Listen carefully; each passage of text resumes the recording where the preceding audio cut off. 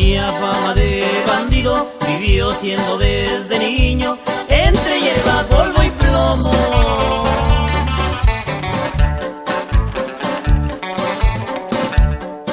Su padre fue un traficante que no respetaba a nadie, fue el que le enseñó el camino.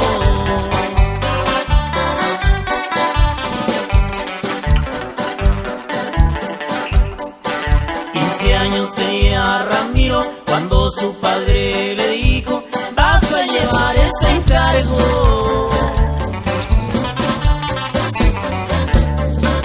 Con tu vida me respondes, tú sabes cómo lo pones en el condado de Hidalgo. Ramiro cruzó nadando el famoso río Bravo y así llevó aquel encargo.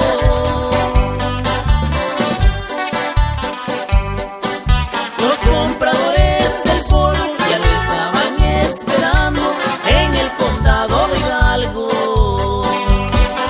Y el saludo va para mi compa Beto y toda la familia Rojas García, allá en el barrio de Las Flores, Bajos de Chila, Oaxaca.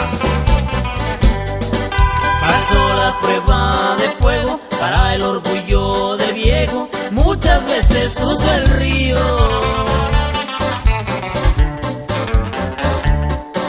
Con hierba y cajas de parque el polvo empezó a gustarle hasta hacerse drogadicto.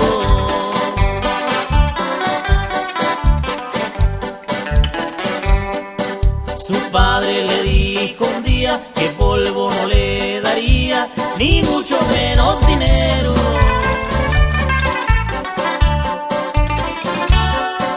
Ramiro le contestó: tú fuiste quien me enseñó, dame o te mando al infierno.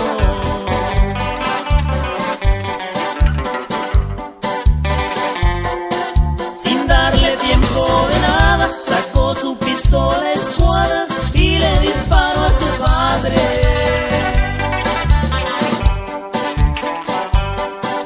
Pero se guardó una bala para quitarse la vida en presencia de